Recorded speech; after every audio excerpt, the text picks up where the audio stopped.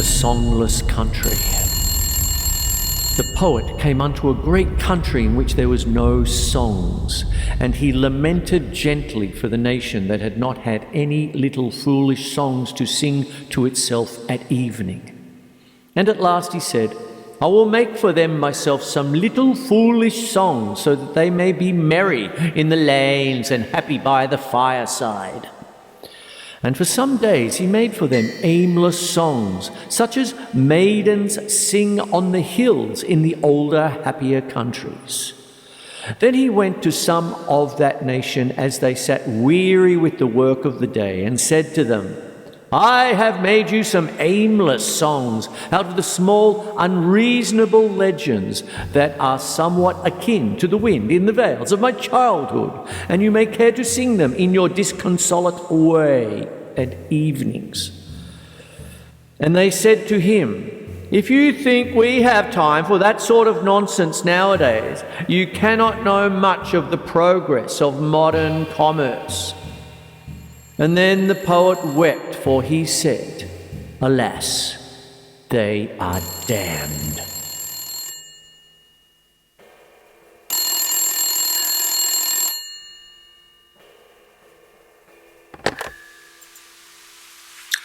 Edward John Morton Drax Plunkett, the 18th Baron of Dunsany. 24th of July 1878 to the 25th of October 1957. Commonly known as Lord Dunsany, was an Anglo-Irish writer and dramatist. He published more than 90 books during his lifetime, and his output consisted of hundreds of short stories, plays, novels and essays. Further works were published posthumously. Having gained a name in the 1910s as a writer in the English-speaking world, he is best known today for the 1924 fantasy novel The King of Elfland's Daughter, and his first book, The Gods of Pegania, which depicts a fictional pantheon. Many critics feel his early work laid grounds for the fantasy genre.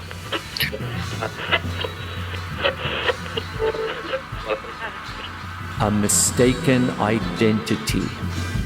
Fame, as she walked at evening in a city, saw the painted face of notoriety flaunting beneath a gas lamp, and many kneeled unto her in the dirt of the road. Who are you? Fame said to her. I am Fame, said Notoriety. Then Fame stole softly away, so that no one knew she had gone.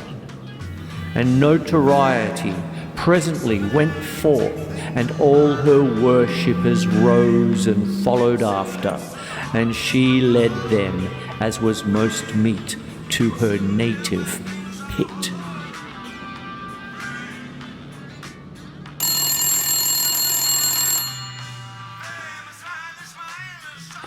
Born in London as heir to one of the oldest Irish peerages, he was raised partly in Kent, but later lived mainly at Ireland's possibly longest inhabited home, Dunsany Castle, near Tara. He worked with W.B. Yeats and Lady Gregory, and supported the Abbey Theatre and some fellow writers. He was a chess and pistol champion of Ireland, and travelled and hunted. He devised an asymmetrical game called Dunsany's Chess. Time and the Tradesman. Once, Time, as he prowled the world, his hair grey, not with weakness, but with dust of the ruin of cities, came to a furniture shop and entered the antique department. And there he saw a man darkening the wood of a chair with dye, and beating it with chains, and making imitation wormholes in it. And when Time saw another doing his work, he stood by him a while and looked on critically. And at last he said, "That is not how I work."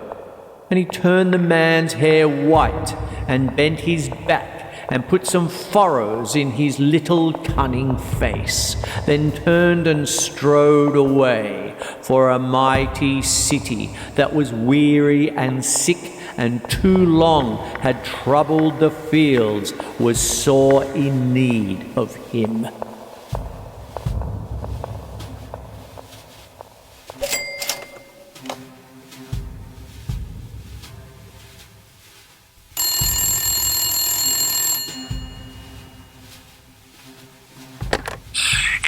Later life, he was awarded an honorary doctorate from Trinity College, Dublin. He settled in Shoreham, Kent in 1947. In 1957, he took ill when visiting Ireland and died in Dublin of appendicitis. The assignation, fame, singing in the highways and trifling as she sang with sordid adventurers passed the poet by. And still the poet made for her little chaplets of song to deck her forehead in the courts of time. And still she wore instead the worthless garlands that boisterous citizens flung to her in the ways made out of perishable things. And after a while, whenever these garlands died, the poet came to her with his chaplets of song, and still she laughed at him and wore the worthless wreaths, though they always died at evening. And one day, in his bitterness, the poet rebuked her and said to her, "Lovely fame, even in the highways and the byways you have not forborne to laugh and shout and jest with worthless men. And I have toiled for you and dreamed of you, and you mock me and pass me by." And fame turned her back on him and walked away.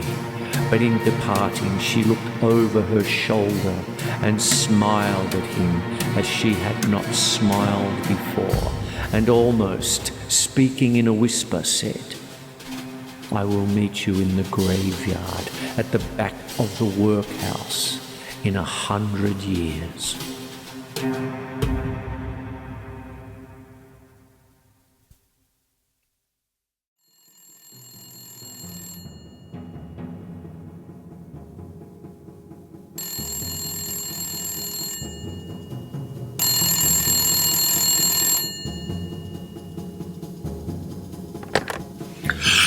Edward Plunkett Dunsany, known to his family as Eddie, was the first son of John William Plunkett, 17th Baron of Dunsany, 1853 to 1899, and his wife, Ernle Elizabeth Louisa Maria Grosvenor, Ernle Earl Drax, née Burton, 1855 to 1916.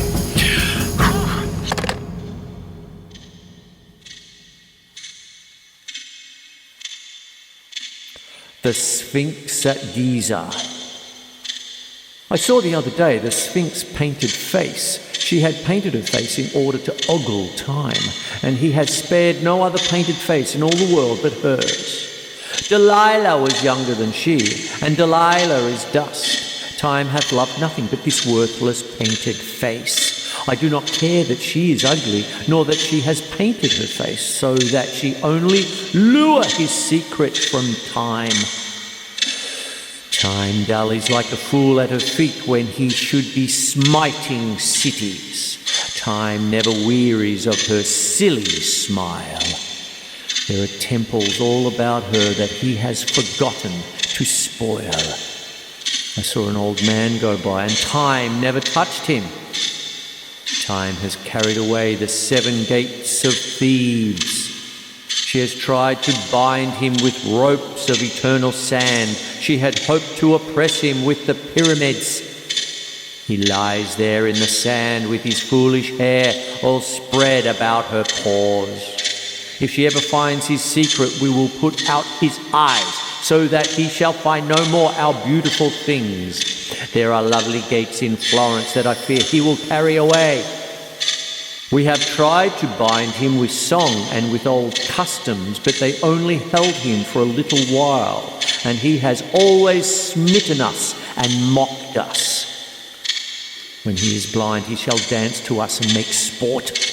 Great clumsy time shall stumble and dance, who like to kill little children and can hurt even the daisies no longer. Then shall our children laugh at him who slew Babylon's winged bulls and smote great numbers of the gods and fairies, when he is shorn of his hours and his years. We will shut him up in the pyramid of Cheops, in the great chamber where the sarcophagus is. Thence we will lead him out when we give our feasts. He shall ripen our corn for us and do menial work. We will kiss thy painted face, O Sphinx, if thou wilt betray to us time. And yet I fear that in this ultimate anguish he may take hold blindly of the world and the moon and slowly pull down upon him the house of man.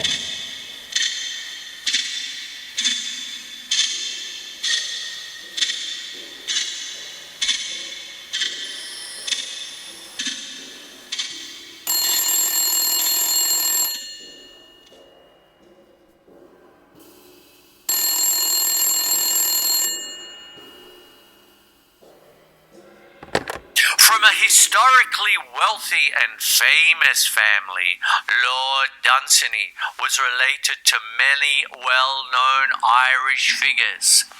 He was a kinsman of the Catholic Saint Oliver Plunkett, the martyred Archbishop of Armagh, whose ring and crozier head are still held by the Dunsany family. He was also related to the prominent Anglo-Irish Unionist and later nationalist Home Rule politician Sir Horace Plunkett and George Count Plunkett, Papal Count and Republican politician, father of Joseph Plunkett, executed for his part in the 1916 Rising.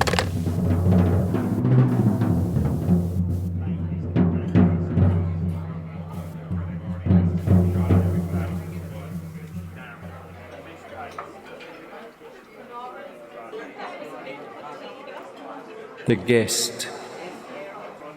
A young man came into a restaurant at 8 o'clock in London. He was alone, but 2 places had been laid at the table which was reserved for him. He had chosen the dinner very carefully by a letter a week before. A waiter asked him about the other guest.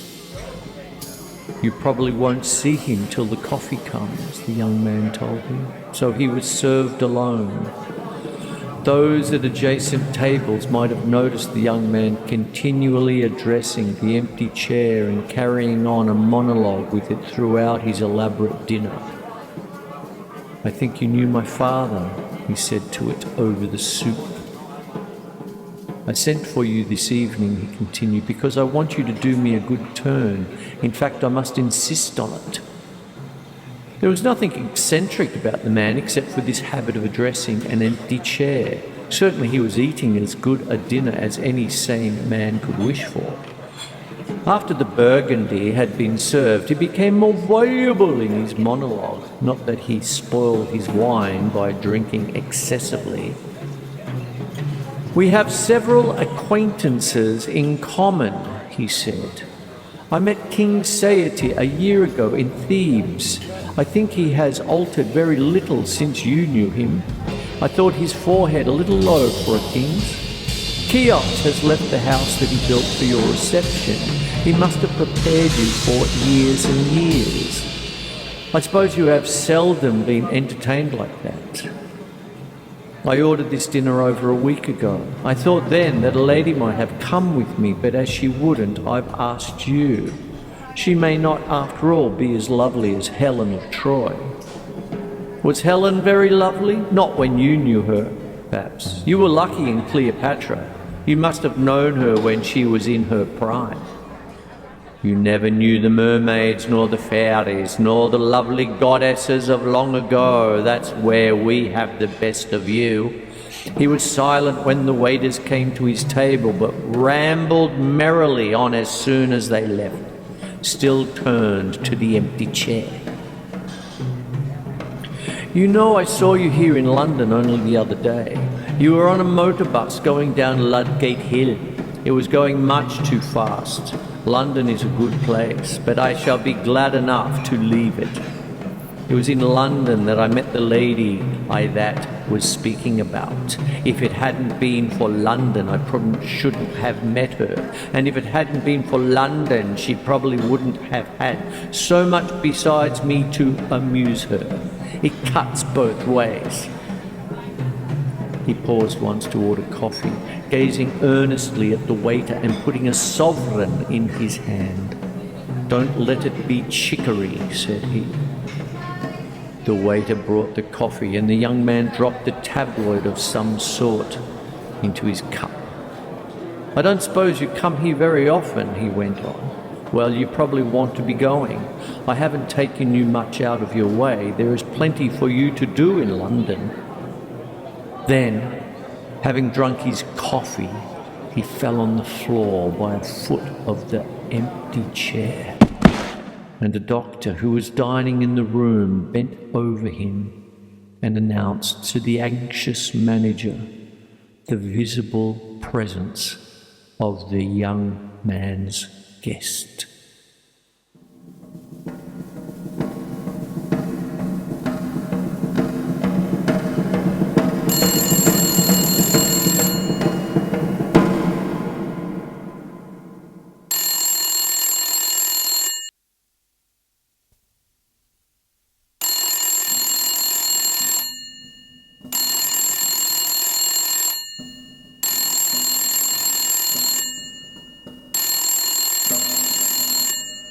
The death of Pan. When the travellers from London entered Arcady, they lamented one to another the death of Pan, and anon they saw him lying stiff and still.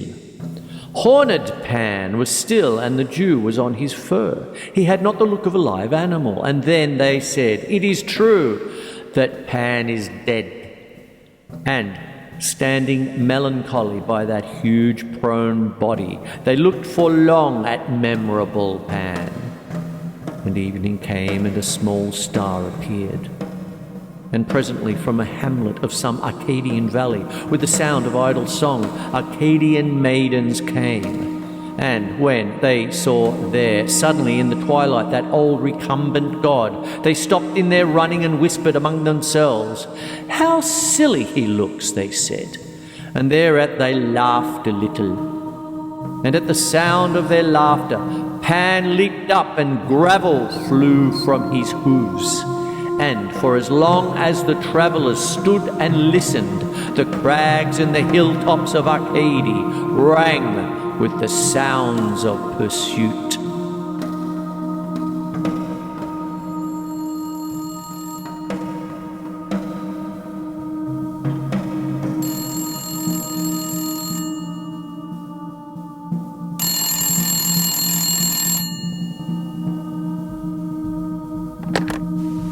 His mother was a cousin of Sir Richard Burton, and he inherited from her considerable height, being 1.93 metres tall, 6'4".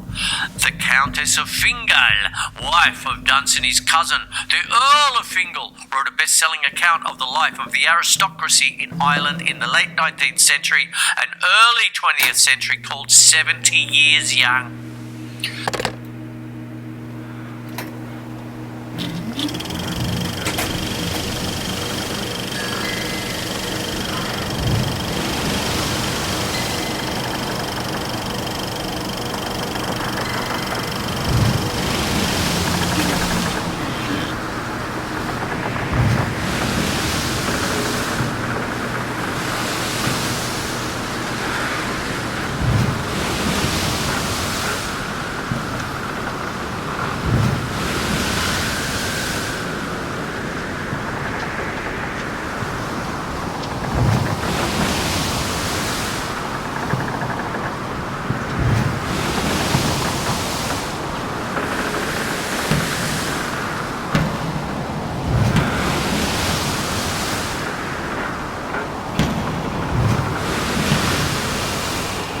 Wind and fog. "Way for us," said the north wind as he came down the sea on an errand of old winter. And he saw before him the grey, silent fog that lay along the tides. "Way for us," said the north wind, "O ineffectual fog, for I am winter's leader in his age-old war with the ships. I overwhelm them suddenly in my strength, or drive upon them the huge seafaring bergs. I cross an ocean while you move a mile. There is mourning in inland places when I have met the ships. I drive them upon the rocks and feed the sea. Wherever I appear, they bow to our Lord the winter." And to his arrogant boasting, nothing said the fog. Only he rose up slowly and trailed away from the sea, and crawling up long valleys, took refuge among the hills. And night came down, and everything was still, and the fog began to mumble in the stillness. And I heard him telling infamously to himself the tale of his horrible spoils. 115 galleons of old Spain, a certain argosy that went from Tyre, 8 fisher fleets and 90 ships of the line, 12 warships under sail with their carronades, 387 rivercraft, 42 merchantmen that carried spice, 4 quinquaremes, 10 triremes, 30 yachts, 21 battleships of the modern time, 9,000 admirals. He mumbled and chuckled on, till I suddenly arose and fled from his fearful contamination.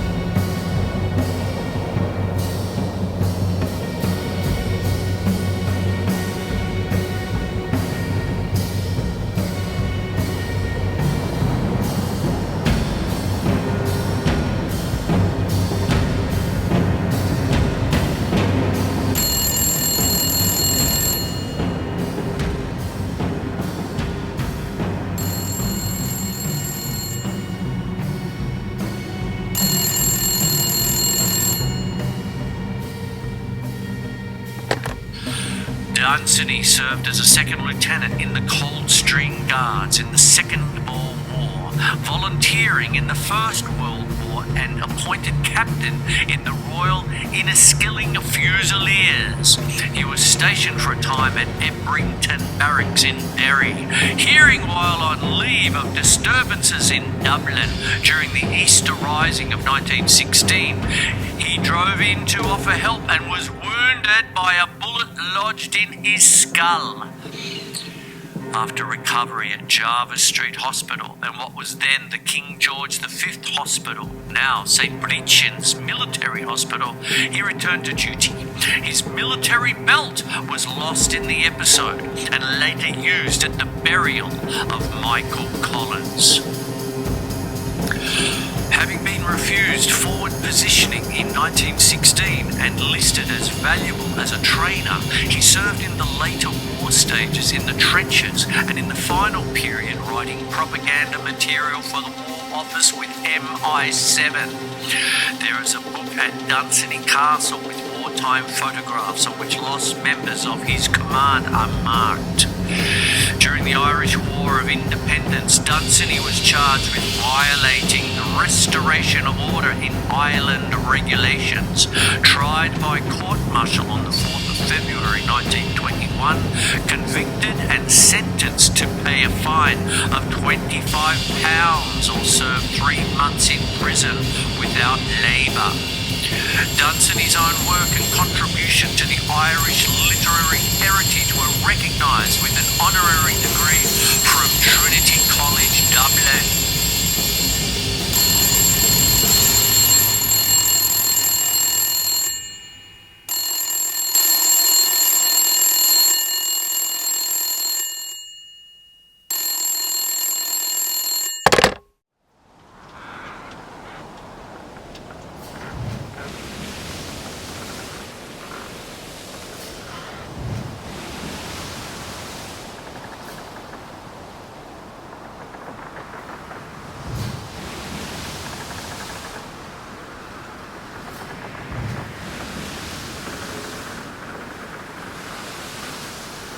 the raft builders.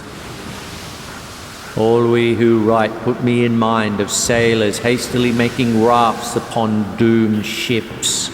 When we break up under the heavy years and go down into eternity with all that is ours, our thoughts like small lost rafts float on a while upon oblivion's sea.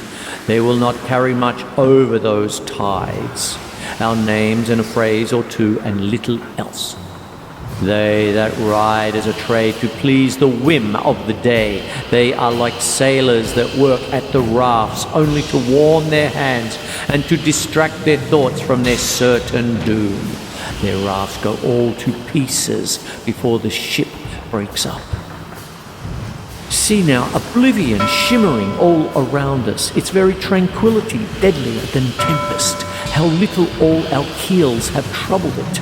Time in its deeps swims like a monstrous whale, and like a whale feeds on the littlest things. Small tunes and little unskilled songs of the olden golden evenings, and anon turneth whale-like to overthrow whole ships. See now, the wreckage of Babylon floating idly, and something there that once was Nineveh. Already their kings and queens are in the deeps among the weedy masses of old centuries that hide the sodden bulk of sunken Tyre and make a darkness round Persepolis. For the rest, I dimly see the forms of foundered ships on the sea floor, strewn with crowns. Our ships were all unseaworthy from the first. There goes the raft that Homer made for Helen.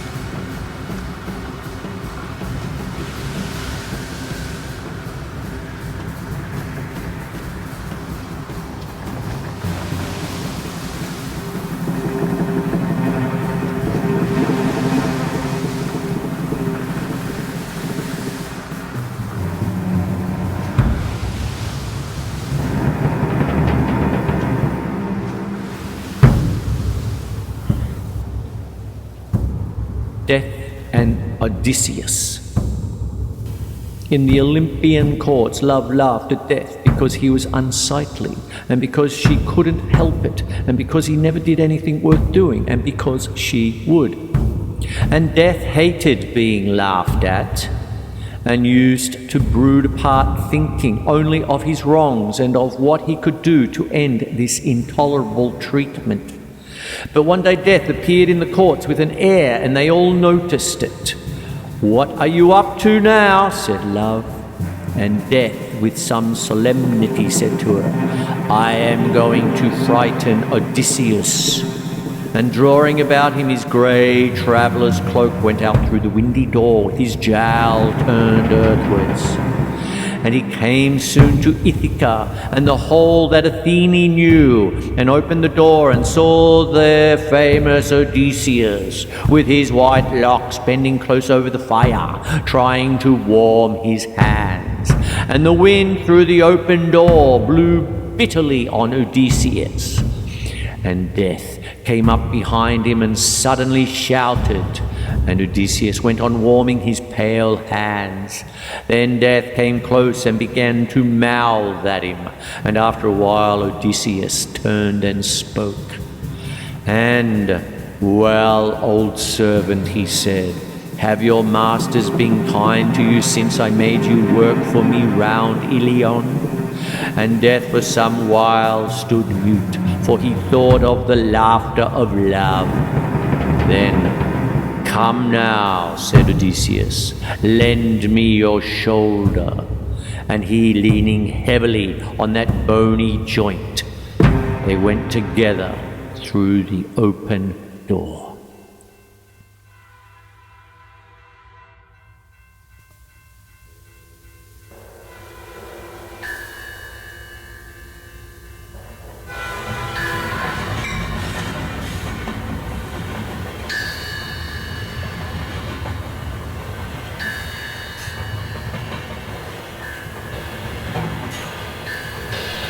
The prayer of the flowers. It was the voice of the flowers on the west wind, the lovable, the old, the lazy west wind, blowing ceaselessly, blowing sleepily, going greasewards. The woods have gone away, they have fallen and left us. Men love us no longer, we are lonely by moonlight. Great engines rush over the beautiful fields, their ways lie hard and terrible up and down the land. The cankerous cities spread over the grass, they clatter in their lairs continually. They glitter about us, blemishing the night. The woods are gone, O Pan, the woods, and thou art fair, O Pan, and far away. I was standing by night between two railway embankments on the edge of a midland city. On one of them I saw the trains go by, once every 2 minutes, and on the other the trains went by twice in every 5. Quite close were the glaring factories, and the sky above them wore the fearful look that it wears in dreams of fever. The flowers were right in the stride of that advancing city, and thence I heard them sending up their cry. And then I heard, beating musically upwind, the voice of Pan reproving them from Arcady. Be patient a little, these things are not for long.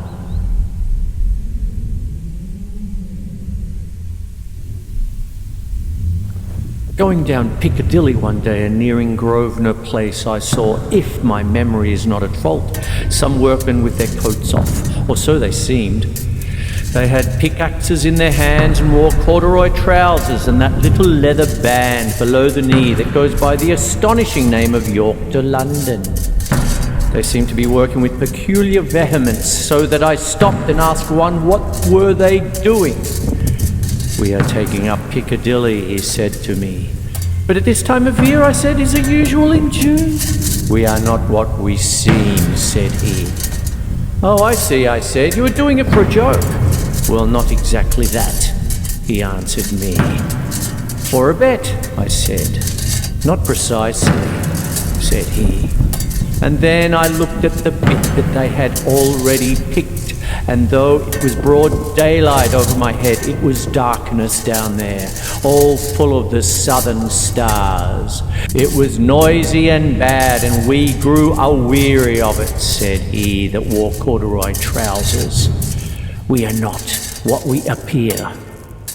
They were taking up Piccadilly altogether.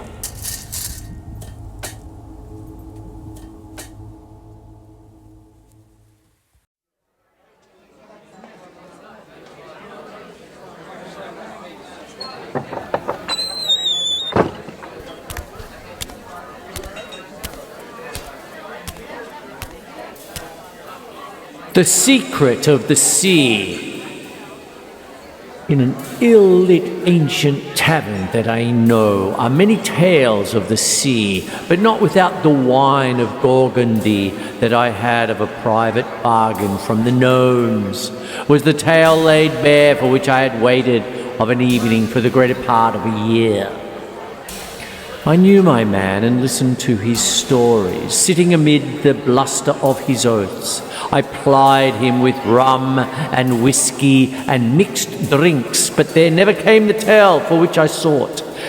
And as a last resort, I went to the Humneth Mountains and bargained there all night with the chiefs of the gnomes. When I came to the ancient tavern and entered the low-roofed room, bringing the hoard of the gnomes in a bottle of hammered iron, my man had not yet arrived. The sailors laughed at my old iron bottle, but I sat down and waited. Had I opened it then, they would have wept and sung. I was well content to wait, for I knew my man had the story, and it was such a one as had profoundly stirred the incredulity of the faithless. He entered and greeted me and sat down and called for brandy. He was a hard man to turn from his purpose, and uncorking my iron bottle, I sought to dissuade him from brandy, for fear that when the brandy bit his throat, he should refuse to leave it for any other wine. He lifted his head and said deep and dreadful things of any man that should dare to speak against brandy. I swore that I said nothing against brandy, but added that it was often given to children, while Gorgondy was only drunk by men of such depravity that they had abandoned sin, because all the usual vices had come to seem genteel. When he asked if Gorgondy was a bad wine to drink, I said that it was so bad that if a man sipped it, that there was the one touch that made damnation certain. Then he asked me what I had in the iron bottle, and I said it was Gorgondy, and then he shouted for the largest tumbler in that ill-lit ancient tavern, and stood up and shook his fist at me when it came, and swore, and told me to fill it with the wine that I got on that bitter night from the treasure house of the gnomes. As he drank it, he told me that he had met men who had spoken against wine, and that they had mentioned heaven, and therefore he would not go there. No, not he, and that once he had sent one of them to hell. But when he got there, he would turn him out, and he had no use for milk sops. Over the second tumbler he was thoughtful, but still he said no word of the tale he knew, until I feared that it would never be heard. But when the third glass of that terrific wine had burned its way down his gullet and vindicated the wickedness of the gnomes, his reticence withered like a leaf in the fire, and he bellowed out the secret. I had long known that there is in ships a will or way of their own, and had even suspected that when sailors die or abandon their ships at sea, a derelict, being left to her own devices, may seek her own ends. But I had never dreamed by night or fancied during the day that the ships had a god that they worshipped, or that they secretly slipped away to a temple in the sea.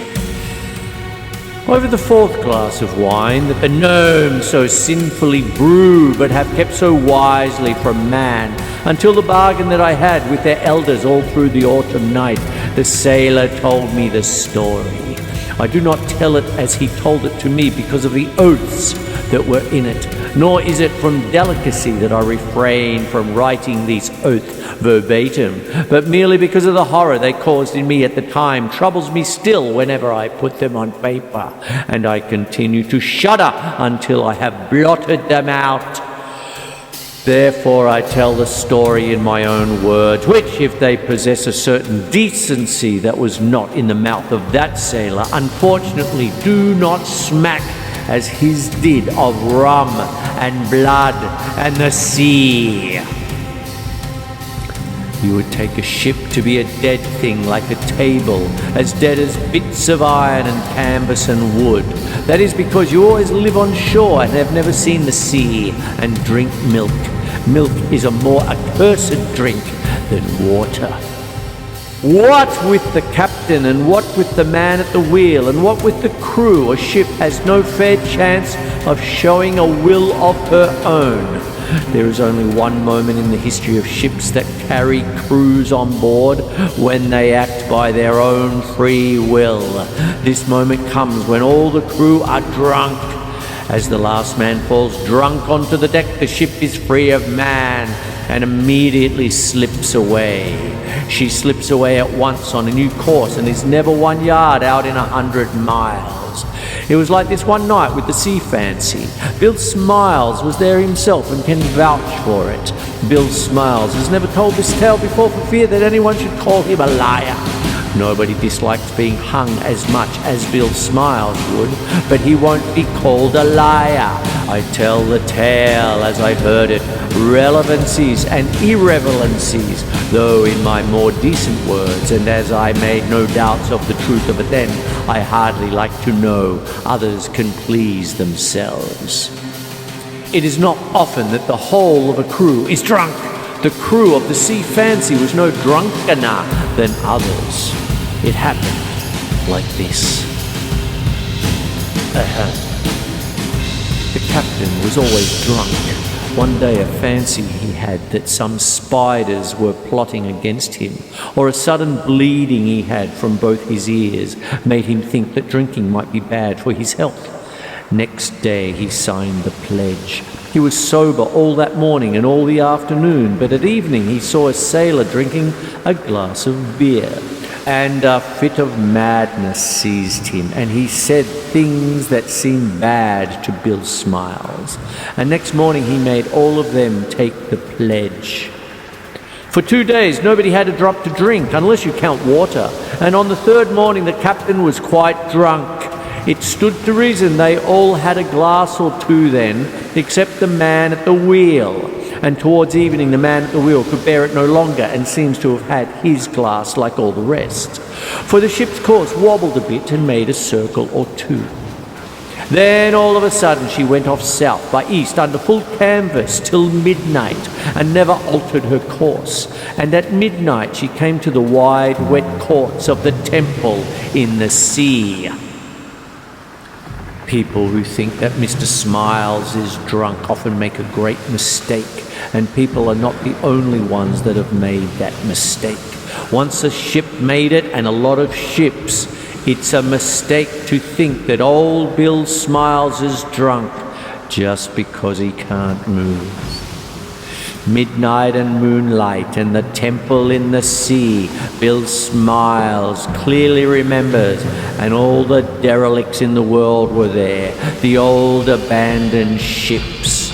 The figureheads were nodding to themselves and blinking at the image. The image was a woman of white marble on a pedestal in the outer court of the temple of the sea. She was clearly the love of all the man-deserted ships, or the goddess to whom they prayed their heathen prayers.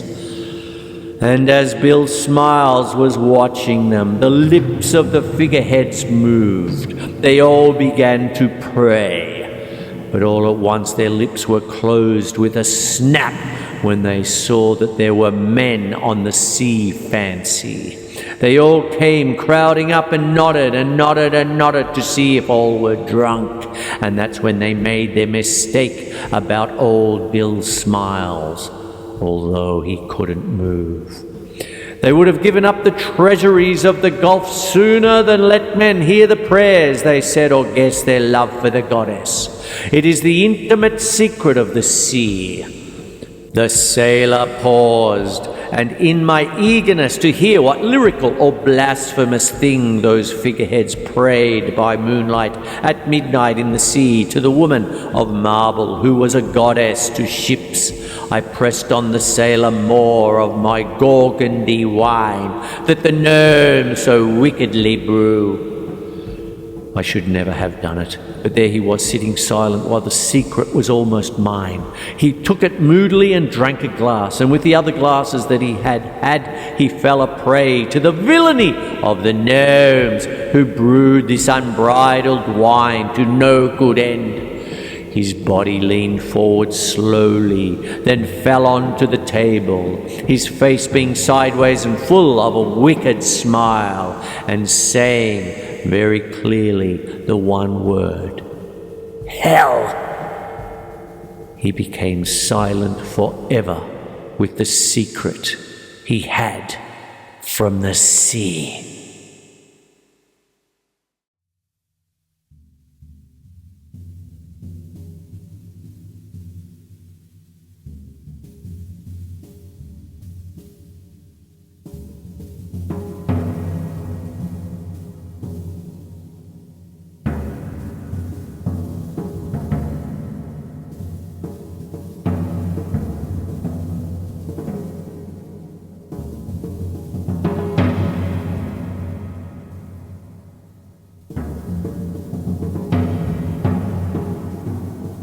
The little city. I was in the predestined 11.8 from Goragawud to Drogheda when I suddenly saw the city.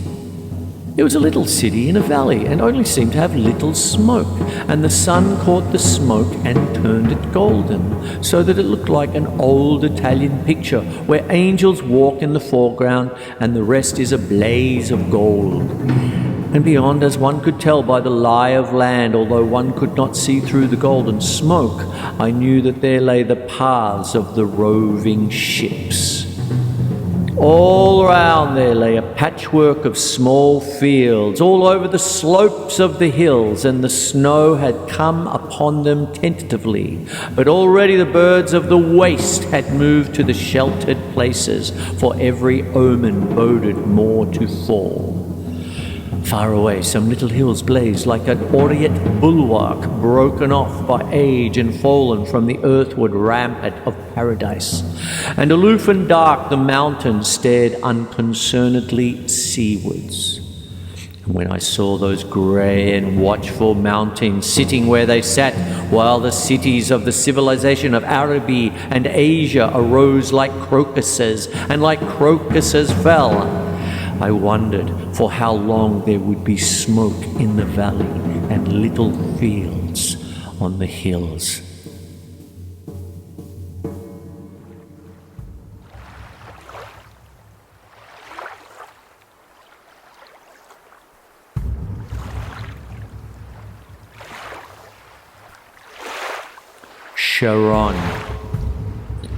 Sharon leaned forward and rode. All things were one with his weariness. It was not with him a matter of years or of centuries, but of wide floods of time, and an old heaviness and a pain in the arms that had become for him part of the scheme that the gods had made, and was of a piece with eternity. If the gods had even sent him a contrary wind, it would have divided all time in his memory into two equal slants. So grey were all things always where he was, that if any radiance lingered a moment among the dead on the face of such a queen, perhaps as Cleopatra, his eyes could have not perceived it. It was strange that the dead nowadays were coming in such numbers. They were coming in thousands where they used to come in 50s. It was neither Sharon's duty nor his wont to ponder in his grey soul why these things might be. Sharon leaned forward and rode. Then no one came for a while. It was not usual for the gods to send no one down from earth for such a space. But the gods knew best. Then one man came alone, and the little shade sat shivering on a lonely bench, and the great boat pushed off. Only one passenger. The gods knew best, and great and weary Sharon rode on and on beside the little, silent, shivering ghost. And the sound of the river was like a mighty sigh that grief in the beginning had sighed among her sisters, and that could not die like the echoes of human sorrow failing on earthly hills, but was as old as time and the pain in Sharon's arms. Then the boat from the slow grey river loomed up to the coast of Dis, and the little silent shade, still shivering, stepped ashore. And Sharon turned the boat to go wearily back to the world. Then the little shadow spoke that had been a man. "I am the last," he said. No one had ever made Sharon smile before. No one before had ever made him weep.